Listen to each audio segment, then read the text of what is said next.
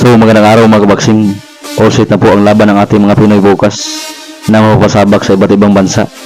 Uunahin natin sa bansang Cambodia kung saan mapapalaban ang ating former unified champion sa Super Bantam na si Marlon the Nightmare Tapalis para idepensa ang kanyang WBC Asia Super Bantamweight title sa isang Indiano na si Saurabh Kumar. Sa weigh-in na naganap kanina mga kabaksing ay tumimbang si Tapalis ng 121.7 libras, samantalang ang kanyang challenger na si Kumar ay 120.6 libras. Si Tapalis mga kabaksing ay hawak ang boxing record na 38 wins with 20 KOs at may 4 na talo, samantalang ang Indiano na si Saurabh Kumar ay may 11 wins with 6 KOs at may 1 talo.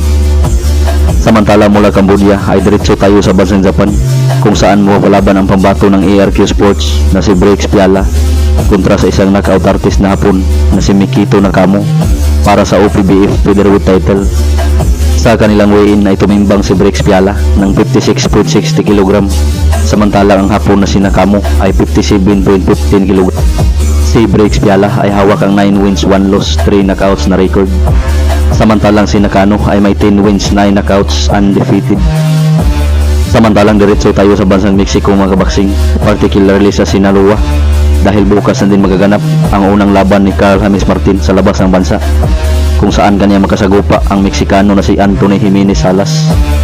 Sa kanilang weigh-in ay tumimbang si Wanderboy Martin ng 55.1 kilos, samantalang ang Meksikanong si Anthony Jimenez Salas ay 54.7. Si Carl James Martin mga kabaksing ay isang undefeated na may 23 wins with 18 KOs, samantalang si Anthony Jimenez Salas ay may 18 wins 9 losses at may 5 KOs. So atin pong suportahan mga kabaksing ang ating tatlong Pinoy na pambato na mapapasabak bukas. Samantalang sa ibang balita mga kabaksing ay official na po ang laban sa undefeated lightweight prospect na si Kesion Davis na may 11 wins with 7 KOs kontra sa Argentina na boksingero na si Gustavo Limos na may 29 wins 1 loss at may 19 KOs na kartada.